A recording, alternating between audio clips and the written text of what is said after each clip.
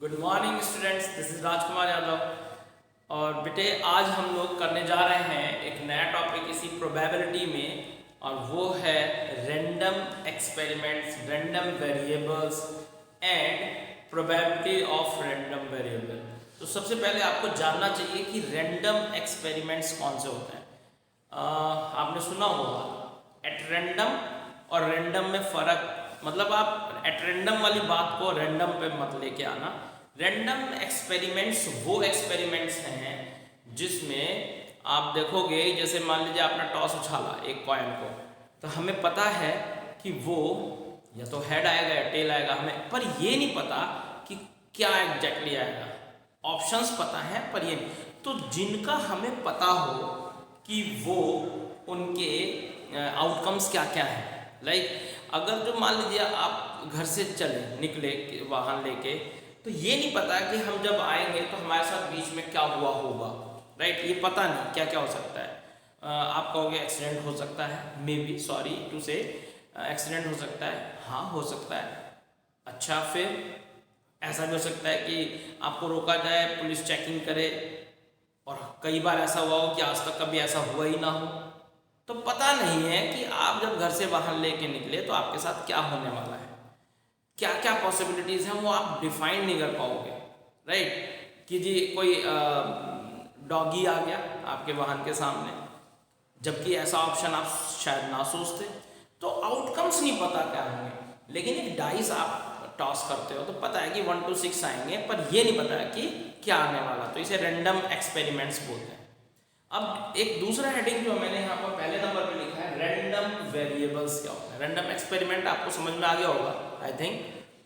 अब random variable ये एक रियल वैल्यूड फंक्शन है। रैंडम वेरिएबल एक रियल वैल्यूड फंक्शन आप जानते हो। तो फंक्शन में जो एफ में जो एक्स होता है उसको डोमेन बोलते थे आप। तो डोमेन जो होगा रैंडम वेरिएबल्स का, वो एक सैंपल स्पेस का होगा। It is belongs to sample space. जैसे टॉस उछाला आपने, तो टॉस उछालने पे आपको पता है कि कॉइन आप टॉस उछालते हो या 2 कॉइन आप टॉस उछालते हो, तो it might be H H H T T H T T, ये हो गया। तो ये इसी में से आप जो वेरिएबल्स होंगे वो इन्हीं में से होंगे, यानी सैंपल स्पेस बोलते हैं हम इसको। तो सैंपल स्पेस से ही डोमेन होगा उस रियल वैल्यूड फंक्शन का, उसे हम रैंडम वेरिएबल्स बोलते हैं। अब बात आती है कि रैंडम वेरिएबल्स की प्रोबेबिलिटी डिस्ट्रीब्यूशन कैसे करते हैं।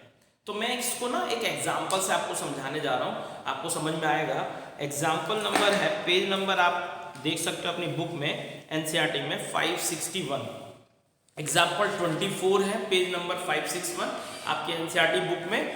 तो आप देख सकते हो कि 2 कार्ड्स आर ड्रॉन सक्सेसिवली। उसने बोला है 2 कार्ड निकाला गया विद रिप्लेसमेंट, मतलब एक निकाला, उसको देखा, वापस रख दिया, फिर एक और निकाला और फिर उसको वापस रख दिया। देन आपको चाहिए बताना है कि probability distribution of number of aces, right. Probability distribution of number of aces, okay. तो लेट्स सी क्या होता है बेटा, हम लोग देखना चाहते हैं इसको। तो यहाँ पर देखिएगा कि x और y पी एक्स, ये बाद की बात है। पहले x देखो, आपने कहा कि हमने कार्ड्स लिए, और कार्ड्स होते हैं 52, सबको पता है। एग्जाम्पल 24 बता रहा हूँ मैं, पेज नंबर है आपका 561 पर।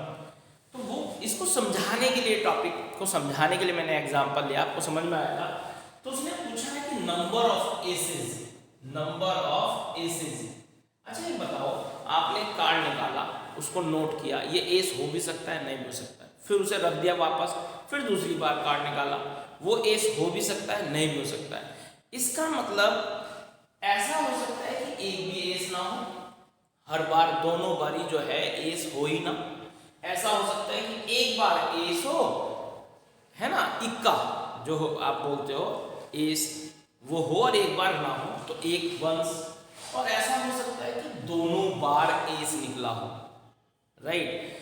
तो ये इसके अलावा तो नहीं हो सकते, या तो दोनों ही एस ना निकले हो, एक उनमें से एस निकला हो, या फिर ये दोनों के दोनों एस हो।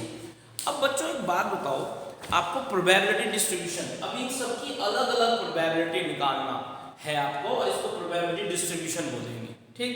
और इसके बाद का जो कोर्स में पार्ट है मीन वेरिएंस, वो 2020-21 के लिए इस बार हटा दिया गया है ड्यू टू कोविड। तो आप केवल इतना ही पार्ट, यानी हाफ ऑफ दिस टॉपिक और half of this exercise is in the course right now. Okay, तो हम लोग जीरो की प्रोबेबिलिटी निकालने जा रहे हैं।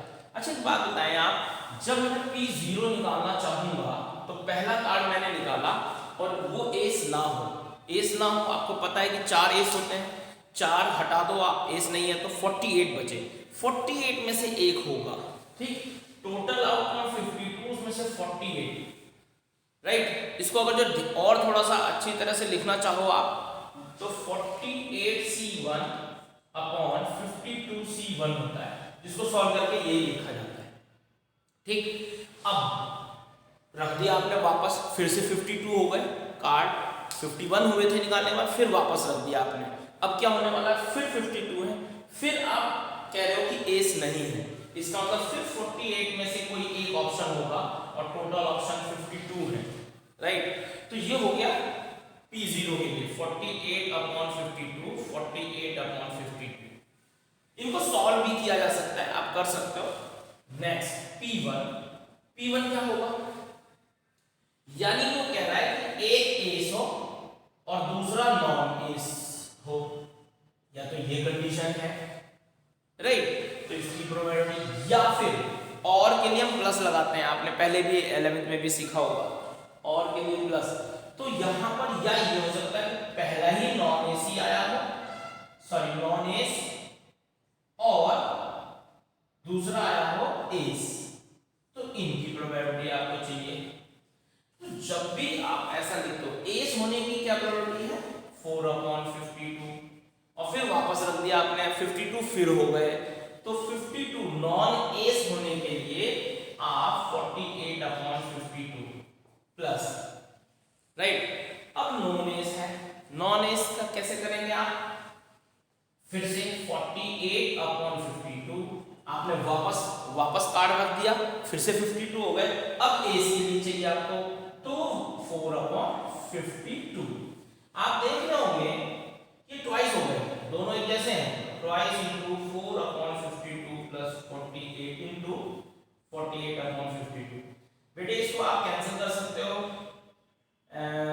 4 से 4 टू द मींस 24 अपॉन 169 आया इसका आंसर। इसको करोगे तो 13, ये 12, ये 12, ये 13, यानी कि 144 अपॉन 169, ये 24 अपॉन 149 आया।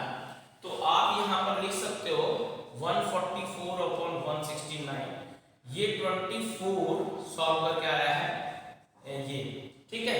इसको आप यहां पर समझ सकते हो कि ये यहां आएगा, हमें तो केवल वैल्यू रखनी होती है सॉल्व करके यहां पर टेबल में प्रोबेबिलिटी डिस्ट्रीब्यूशन में। अब बच गया हमारा P2, दोनों ही एस हो बेटे, दोनों ही एस हो, तो मैं यहां पर सॉल्व कर देता हूं यहां रखने के लिए।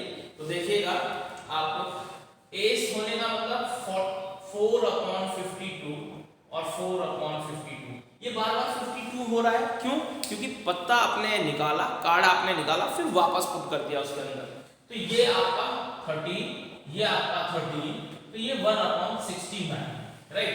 तो यहाँ पे 1 अपॉन 69। अब आपने देखना है कि आपका क्वेश्चन प्रोबेबिलिटी डिस्ट्रीब्यूशन का सही हुआ कि नहीं हुआ, तो उसका तरीका है आप इन सब प्रोबेबिलिटीज का सम करके देख लो। जब आप सम करोगे इनका तो 169, ये रफली आप वर्क देख सकते हो अपना चेक करने के लिए कि आपके आंसर्स कैलकुलेशन वाइज सही आए हैं कि नहीं आए हैं। आप इनका एलसीएम लोगे 144, 24 और 1, तो ये हो गया 169। अगर भी ये 1 आता है, ना थोड़ा कम ना थोड़ा ज्यादा, 1 ही आना चाहिए, तो इसका मतलब आपका प्रोबेबिलिटी डिस्ट्रीब्यूशन बिल्कुल करेक्ट है। सो गाइज, इस तरीके से प्रोबेबिलिटी डिस्ट्रीब्यूशन के क्वेश्चंस करने हैं। आपको पहले एक्स फाइंड आउट करने हैं, उनको फाइंड आउट करके फिर आप px फाइंड करोगे, उसकी प्रोबेबिलिटी डिस्ट्रीब्यूशन जिसको बोलते हैं। तो थैंक यू गाइज, आज के लिए इतना ही। और आप अपनी प्रॉब्लम्स को मेरे को कमेंट बॉक्स में लिख सकते हो। एनी क्वेश्चन या कोई भी ऐसी सिचुएशन जो आपको समझ में ना आई हो, तो I can send you video, right? Okay, all the best, thank you.